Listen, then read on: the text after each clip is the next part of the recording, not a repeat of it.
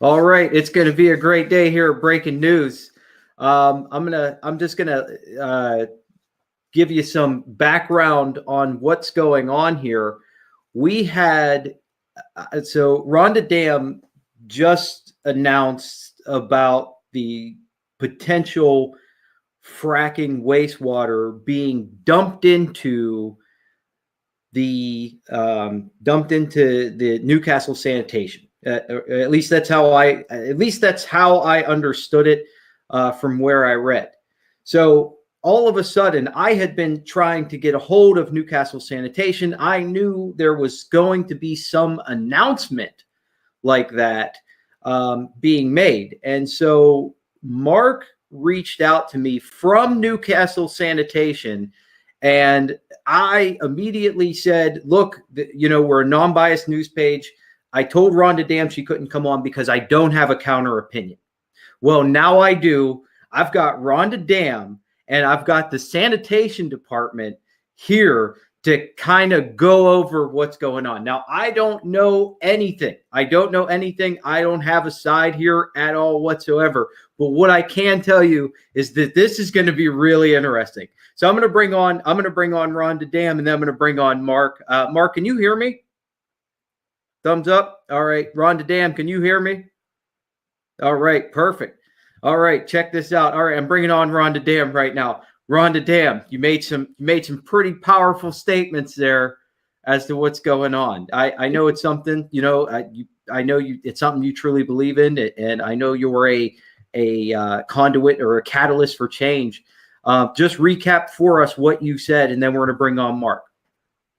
I said that there are some concerns about what's going on in this town about some pollution that might be happening.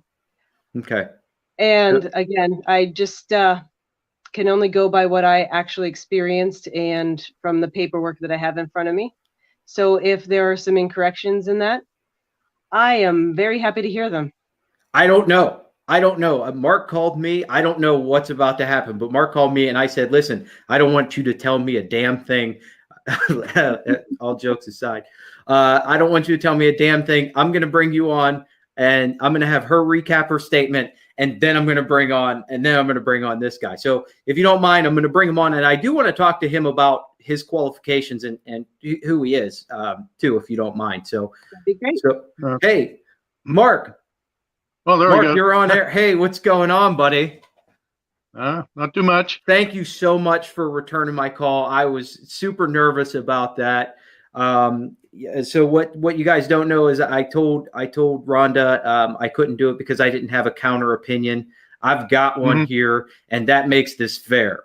So Mark, tell us who you are, that's stupid. Tell us what you do at Newcastle. I'm sorry. Tell us what you do at Newcastle Sanitation. Okay. As I was telling Daniel, up until actually today, I was the lab technician at Newcastle Sanitation. I started in May of 2012. Okay. And I basically do all the analytical work on both what the water coming into the plant, the water going out of the plant, and I do process samples to make sure the plant's running. So that's been my job title. I have a Class A wastewater license from the state of Pennsylvania to operate operator's license for a 5 million gallon per day operated plant. Bachelor of Arts in Chemistry from Colorado Worcester. Background, I'm 60. I've been in chemistry my whole life. On this particular topic, just before I took this job, I was involved in a project down near Pittsburgh where we were trying to convert a biodiesel plant into a fracking wastewater treatment facility there. So for 1 year, I was involved intensely with fracking water, trying to see the qualities of it, how we could clean it up, et cetera, et cetera. That project fell through, and it just so happened that the position opened up here at Newcastle Sanitation, so I moved in. Officially August, I was subcontracted to them from May to August of 2012, but then became an official employee August of 2012. So that's my background. That's a pretty extensive background. That's okay. All right. I don't even know how to respond to that. So let me ask you this. Yeah, it is what it is. If you, it's to summarize what you just said, you're the guy that if you would know if there was something there. Yeah. Right? If there is something there, of, you're the one that's going to talk about it. You're the. Yeah. Okay. A couple things I could add. I took on the responsibility of any wastewater we take in there, and it's predominantly under two categories that I have to report to the DEP. Municipal waste, which is basically sludge. Our customers are like septic tank cleaners who clean out home septic tanks, or they will get sludge from like small package plants from around Newcastle. And the other major product we take in is from grease traps. And this is, there's two major companies that do that, and say from Bob Evans or restaurants and things like that. Now that grease trap material doesn't go into the system that gets processed. It goes to the river. We have 3 1 million gallon digesters. And what happens to that grease trap material, it goes into those digesters. Bacteria makes methane gas out of it. We reclaim the methane gas, use it to run our engines, to use the blowers to provide the air for our normal plant. I thought you could use that for biodiesel, or not biodiesel. I thought you could use that for diesel. Yeah. In fact, we used to. We when we were making biodiesel, which we did for 3 years down there, most of our product came from like Tyson and things like that, fats that we would turn into biodiesel. But there were a couple companies, 1 or 2, that would collect, grease trap material. Yeah. But that was, it wasn't as, we had to have a very low moisture to make the process work. And when you're pulling it out of grease traps, in fact, when they deliver that material, it's probably 96% water. I'm gonna say this. This is the first time I ever talked shit with somebody. or about somebody. No. I find that hard to believe, Dan. No. Hey, all right. So, okay, I've got one question for you. I've got one question. How much fracking water is being dumped into, or is being cleaned from Newcastle sanitation? None. Now, we accept none. In fact, we had to, historically it was being taken, and we were talking before, what actually motivated us to change our plan over. Let me interrupt you there. Ronnie, 2011, you said there's an EPA thing. Mark, please explain that. Go ahead and tell us.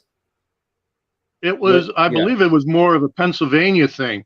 And what was happening in 2011 in February, we were getting geared up to run our biodiesel plant, and Pennsylvania pulled the 75-cent a gallon subsidy, and we basically couldn't make a profit there. So weeks later is when they announced that they wanted, as of May 19th, I believe, of 2011, wastewater treatment plants to stop receiving fracking water because they felt it wasn't, wastewater treatment plants could not treat it properly before it was disposed of into the river. Rhonda, let him have it. Here he is.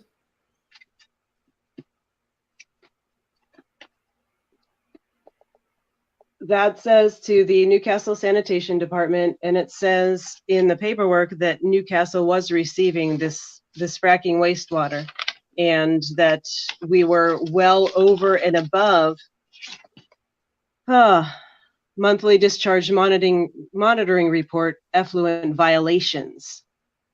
So from March 2009, I'm sorry? What's the date on that report?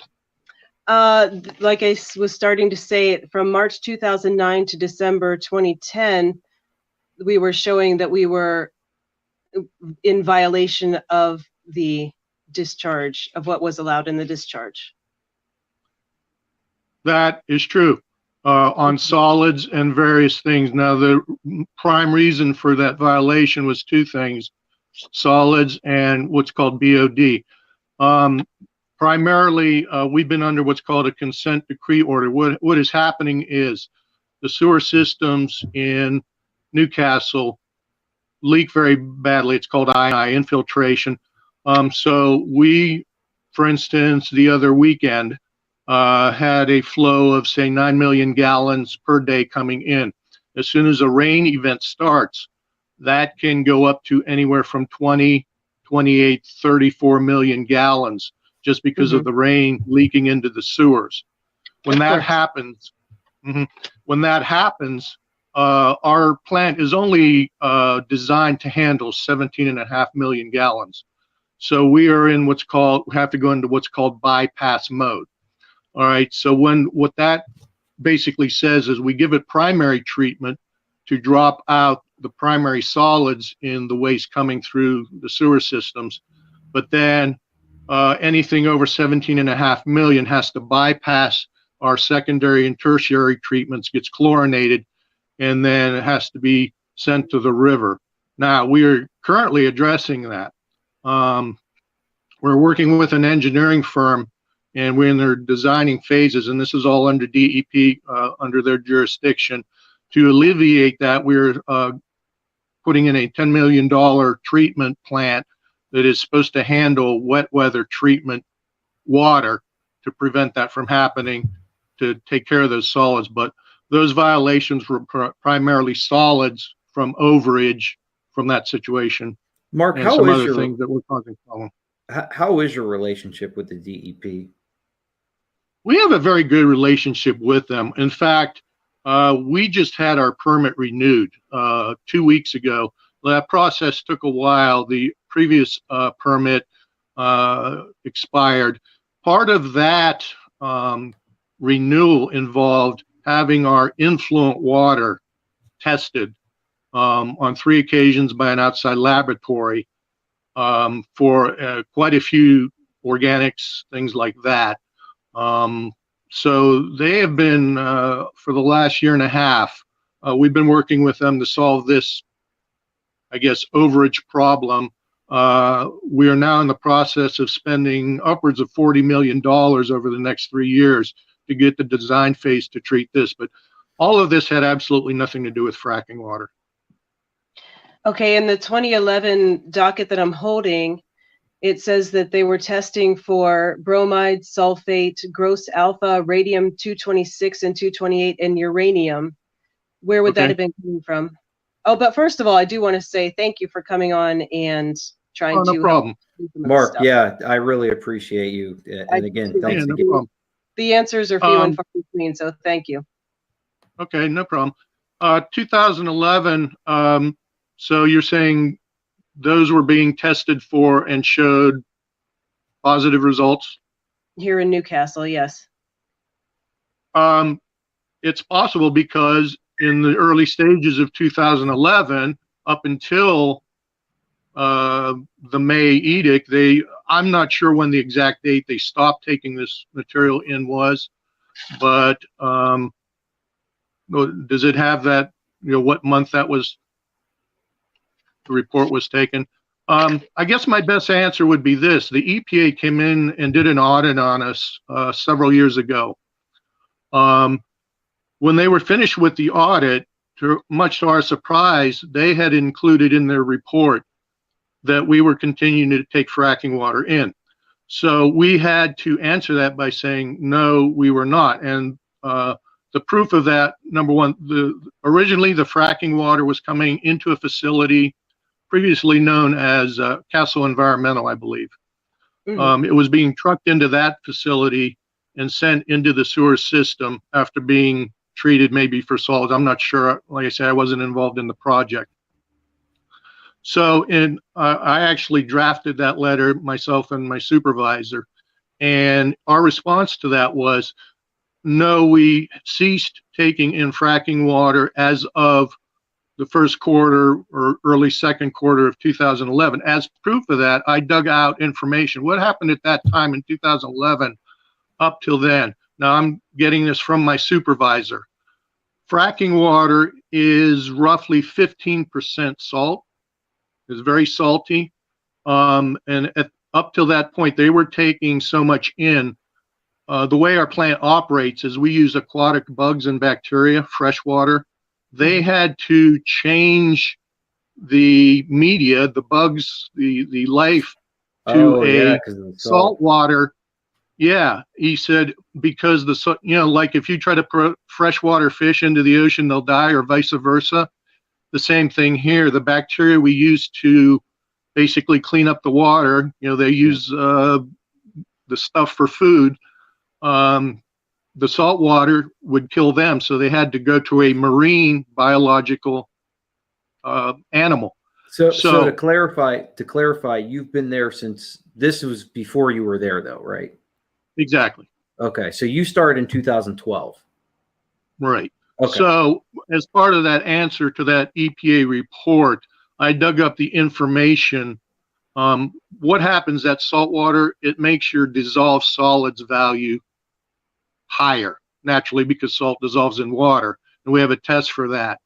Now, I dug up the information, and up until that time, while they were taking the fracking water in, the average dissolved solid content of our influent was somewhere around 2,000 to 3,000 parts per million, or about 0.2%.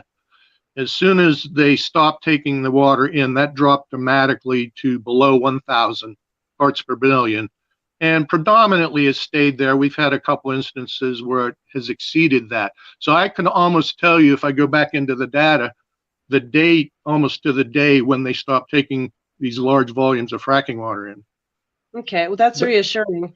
Is there, and you can't know this because it's not outside of, it's outside of the sanitation maybe, so that could be a point, but is there no fracking wastewater coming into Newcastle at this point right now?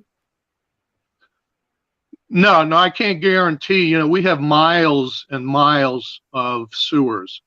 So if someone wants to take a barrel of fracking water and dump it behind Gaston Park, there's no way we're going to know that without putting cameras on the hundreds of manholes. Wait, but there's nothing. You're saying Newcastle Sanitation is not accepting any wastewater.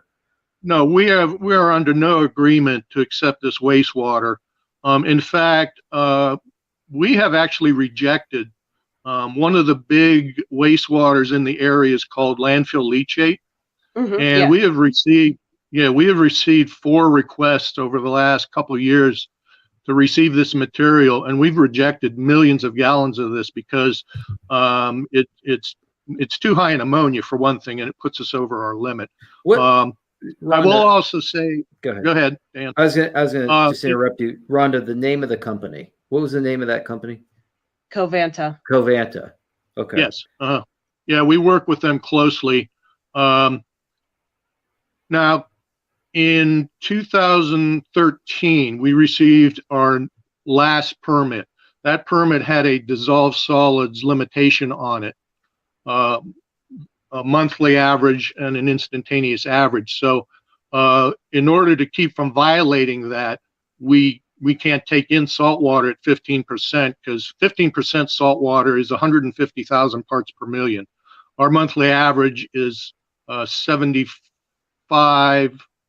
Let me think. That is pounds. I won't try to translate it here, but we've actually had a request to take in a processed water that I measured out in the lab as 20% salt water, and that was only going to be maybe a truckload or 2 a week, and we rejected it. One of the biggest problems with having that dissolved solids stipulation on our plant is that with all this leakage, there's usually 2 to 3 winter months where when they salt the roads, like this year in February, we were slightly over on our dissolved solids because we had a pretty bad, we had a lot of snow, salt going on the roads. The rain washes it into the sewer, it comes to the plant. As opposed to the following month, March, where we had very little weather, very little snow, we were in compliance with the dissolved solids. So we can't afford to take fracking water in because it would violate our permit. And B, like I say, we have rejected millions of gallons of water because it just doesn't, we're not able to treat it to make our permit limits. So what is being trucked in at Covanta? There are a lot of tankers and there are a lot of train tankers that go there. What would they be processing back there? And again, maybe that's out of your purview. Yeah, I could get a hold of that information. What the process, and the DEP actually has to approve everything that comes into that plant. And then they give it their okay. How many inspections? I understand there are some rail cars, empty rail cars, that are being cleaned and treated, that they take care of at that plant. Trying to think of some of the other material, but it escapes me right now. But I actually can have that list. But it's the volume is relatively. Uh-oh. He's cutting out. He is. I'd really love, it'd be so wonderful if he could help us find out what is going on over there, because something's got to be accounting for that I think chemical smell that's going on over there. It's deadly. It's deadly. I think got to that be something more going on there than, and if he could come up with some answers, that would be great, because we've not been able to find any answers. the thing is that I you know, obviously I have no idea. I don't know the smell either. Because I'm not around there. But you don't want to. I can tell you. So the only thing I can say is that, you know, as long as, you know, the DEP is, as long as there's regulated things going on, you have to assume the best. You know, I mean, that's all I'll say. I mean, if, as long as there's a regulation, unless there's a legal thing going on in the regulation. I'll post the article on your page about Bell Vernon and what was going on there and what the DEP's role is there.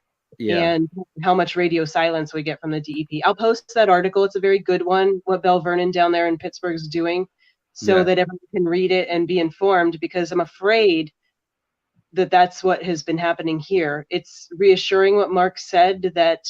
Yeah, let me ask you this. Does that, your claim to fracking wastewater, does that make you more comfortable hearing that? I don't know how to say that. I don't know. You know, it's a good question. I don't know. I don't know. He's coming back on, by the way. Okay, good. Does it make you more comfortable? Huh? Oh, there we I go. said, does it make you more comfortable hearing that, you know, that there is no fracking water coming in? I mean, it's a claim. It's a claim, and we've got the guy from sanitation here saying no. You know, let me ask you this, Mark. Can I say I want to be more comfortable, but I know what I smelled? Yeah, Mark. Can you speak to the smell? The smell issues down there? Yeah, there has been issues down there. The DEP actually investigated, and we're in the facility. We do occasionally get complaints down there along Sampson Street from the smell. Is that what you're talking about there, Rhonda? Yeah, it is. And it's not the so-called quote unquote cat pee smell from years ago. It's I remember that. Yeah, we all do. Yeah. It's a definite chemical, just lung burning smell. Okay. Generally, yeah. Before you cut out, you were saying that you could look into it and get a list of what's going on down there. That would be so wonderful, because it's very hard to find anything out. So if you could get any information on that, we'd be very appreciative. Yeah, what they generally send us, we have what's called a industrial wastewater team, comprised of the supervisor and 2 engineers, and then we use another engineer regularly, and they will send us, they say, hey, we want to bring this material in, and then we would check it out. The one engineer is from Cleveland. He has extensive knowledge what's going on there. Mark, I really want to talk about the smell, though. Can we talk about the smell on Sampson Street? Yeah. Sorry. What do you think it is? What do you think it is? He would call 911 on almost a daily basis, and they would come down and, you know, make their report that, yes, there's a bad chemical smell down here, and that was all he could do. Oh, who's that? One of the residents down there?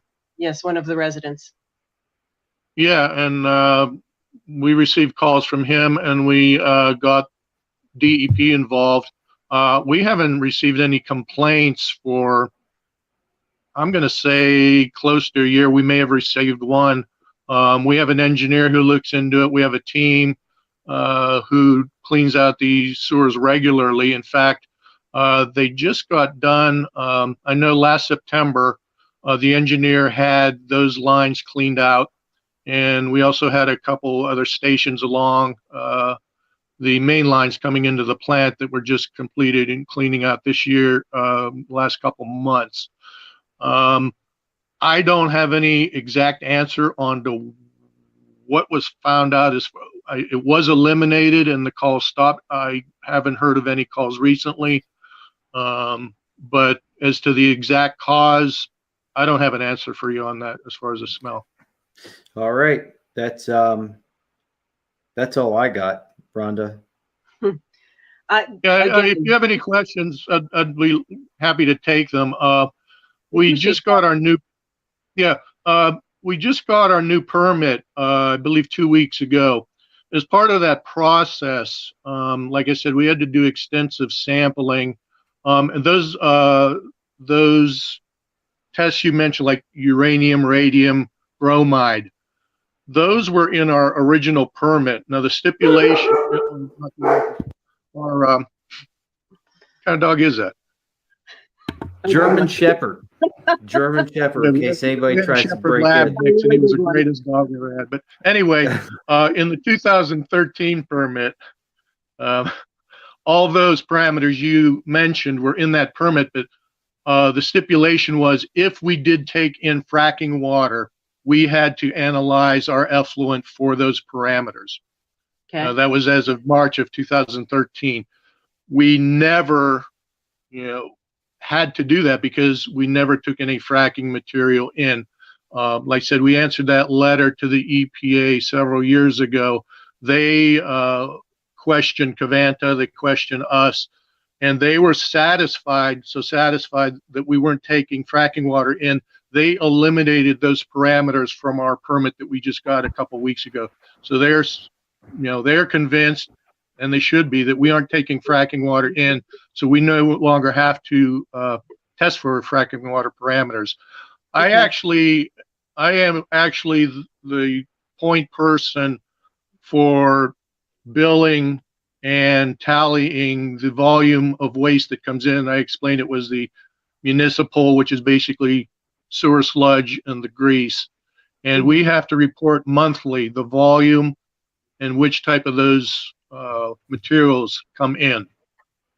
And I do that regularly. So I know pretty much every customer that comes in there, et cetera. Now that doesn't answer the question as far as Covanta and what's happening there. But again, I would offer that based on the analysis that I do at the plant and comparing what those numbers look like when they were taking the fracking water in versus our numbers now, it's obvious that we are not taking those in, and we presented that to the EPA and they were satisfied. Okay, I appreciate your coming on to explain all of that. Mm-hmm. Mark, thank you again. We got some time. Does anybody do you want to answer some questions? It's up to you. Yeah, I'd be happy to. All right. So we've got some people asking, what is a catch basin first of all? Oh, no. What is a catch basin? First of all, and who is responsible for it in the city? Do you know? Well, we took, I don't know the exact technical term of the catch basin, but within the last year, I believe it was in February, because we actually hired an extra person. We now are, Newcastle Sanitation is also in charge of the rainwater, the gutters, fresh water that runs off the city and into the gutters. We're in charge of that, as well as the sewage. And those, like I say, most cities, it's supposed to be two different systems, and they are for practical purposes. But when we get a hard rain and the streets have a lot of water in them, we will get some of the rainwater into our sewer system. But catch basis. I'm not sure what the technical term is there because that's the engineering part, and it's like a need to know basis. I'm not sure exactly Okay. what the technical aspect of the catch basin is. Does anybody have any questions for Mark? We can, guys, send them in. Ronnie let him have it. So I'm pretty sure you can't do worse than Ronnie Dam right there. I thought it was pretty nice. Yeah, It was okay. Yeah. I like say a lot of the information is old news. Like say, I got there in 2012, and like I said, the previous year I had been working with fracking water, trying to figure out how to clean that up. So I'm familiar with the quality of it, et cetera, et cetera. And when I got to the plant, everything that my supervisor was telling me, he was telling me how it used to operate, the thing about the marine bacteria that they had to buy versus the fresh water. When I got there, it was freshwater bacteria in May of 2012.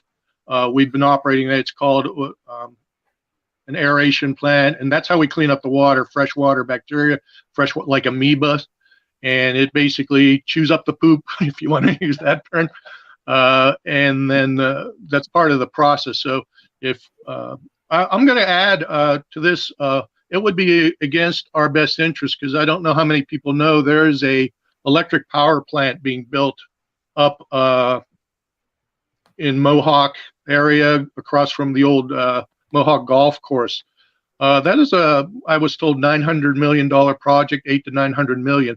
They will be using our water, our effluent water, to cool their engines and do much of their processes. Okay. So it is not in our best interest to be taking in fracking water and giving them salt water up there. That's highly corrosive. Also from the standpoint of having to meet our permit limits. It would be not in our interest to take in water that was not suitable. And their water quality is actually a little bit more stringent than our permit limits. So that along with, I could offer, we've rejected millions of gallons of the leachate water that 4 different landfills, et cetera, have been trying to get us to take in. And we said, no, we can't do that. Leachate water is underneath garbage, right? That's the water underneath the garbage that siphons off. And you can't take in that either.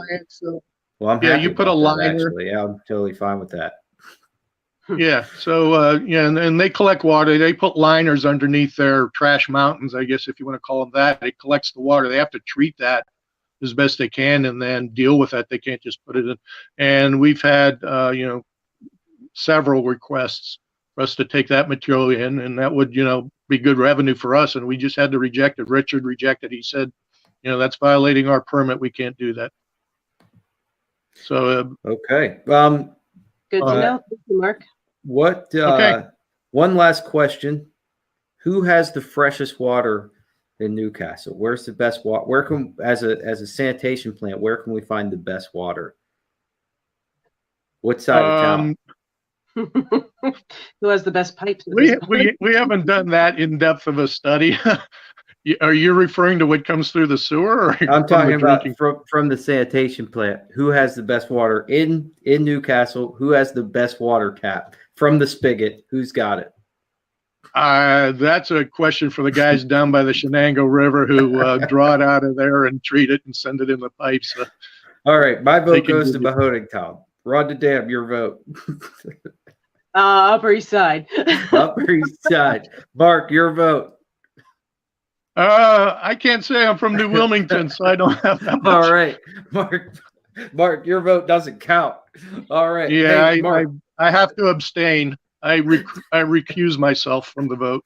Mark, I can't thank you enough for reaching out to me. It was final hour. I know Rhonda Dam wanted to talk about it, and it was something that Rhonda, thank you for being on too. It was something that I was really bothered by. I had to say no, but I could say yes. I figured out how to say yes, and I did it. So I'm really happy. I'm glad you could say yes. I hold no ill will because, like I said, in 1914, when we got it audited by the EPA, they had old information that was wrong, and we had to correct them. So That's Wow. the highest in the land, and we had to set them straight. And they said, "Yeah, you're right," and I had the data to do that. So it's old history that just, I guess, kind of is on our history. So you just have to clarify the record sometimes. Yeah. Well, Mark, thanks again. Rhonda, thanks again. I'm going to end the broadcast. All right. Thanks. Okay. Thanks, guys. Ending now.